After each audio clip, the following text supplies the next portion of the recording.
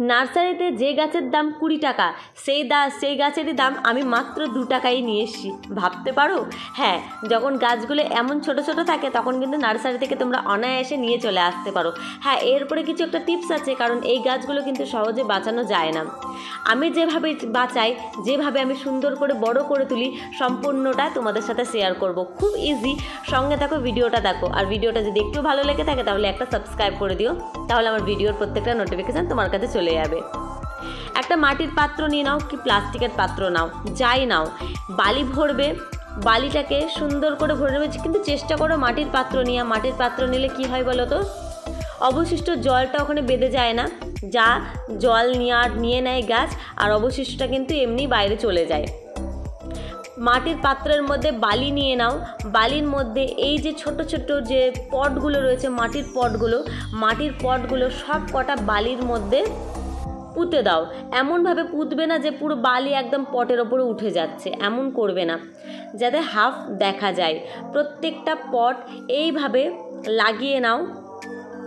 আর এই প্রসেসটা তোমরা ফলো করো, তোমার গাছ 100% বাঁচবে, গ্রো হবে, আর একটা চারাও কিন্তু মরবে না।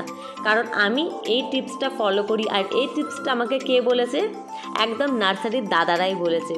আমাদের থেকে তো অনেক বেটার ওরা জানে না, তো ওদের কাছ থেকে যে টিপসগুলো পাওয়া যায় সেটা টিপসগুলো একদম প্রচুর কার্যকরী। আমি তো খুব ফলো করি ওই দাদাদের কথা। চলো, সব কটা গাছ আমি এখানে লাগিয়ে নেব। লাগিয়ে নিয়ে একদম 2 সপ্তাহের জন্য এই গাছকে আর ডিস্টার্ব করবে না। 2 সপ্তাহের জন্য এইভাবে জল দিয়ে পুরোপুরি ছাওয়া জায়গায় রেখে দাও। আর জল কিভাবে দেবে সেই প্রসেসটাও কিন্তু বলবো। জল কিন্তু এমনি পটের ওপরে ঢেলে ঢেলে দেবে না। তার আগে একটা কথা বলি, 2 সপ্তাহ পর এইভাবে একবার চেক করবে, এই যে তলায় যে ছিদ্রটা রয়েছে এই ছিদ্র দিয়ে শেকড় দেখা দিবে। যখন শেকড়টা দেখা যাবে তখন ভাববে আমার গাছ একদম পুরোপুরি পারফেক্ট রেডি হয়ে গেছে, এখন এটাকে যখন তখন অন্য কোনো পটে আমরা রিপোর্টিং করে নিতে পারবো। এই ছোটো ছোটো টিপসগুলো যদি তোমরা ফলো করো তাহলে কোনো ছোট চারাই তোমার মরবে না। আর এই সব টিপসগুলো আমার নিজের তৈরি না, এগুলো নার্সারির দাদারাই সাজেস্ট করে, আর আমাদের থেকে ওরা যথেষ্ট পরিমাণে ভালো জানে। এবার চলো জলটাও দিয়ে দেখিয়ে দিই। একেবারে জল দিয়ে এখানে পরিপূর্ণ করে দেবে না, শুধু বালিটাকে ভিজিয়ে রাখবে। গাছ যেইটুকুনি জল নিয়ে নেবে, অবশিষ্ট জল বালিতেই থেকে যাবে।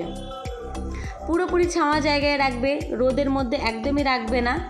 গাছটা যখন একটু বড় হয়ে যাবে, হেলদি হয়ে যাবে গাছটা, তারপর এটাকে নিয়ে রোদের মধ্যে তোমরা রাখবে। আজকের টিপসটা তোমাদের কেমন লাগলো আমাকে অবশ্যই জানিও। যদি ভালো লাগে তাহলে প্লিজ একটা কমেন্ট করে আমাকে জানিও। তোমাদের কমেন্ট পেলে আমার অন্য একটা ভিডিও বানাতেও আরও বেশি ভালো লাগে। চলো, আজকের মতন এইটুকুনি, আবার দেখা হচ্ছে অন্য কোনো ভিডিওতে। সবাই ভালো থেকো, টাটা।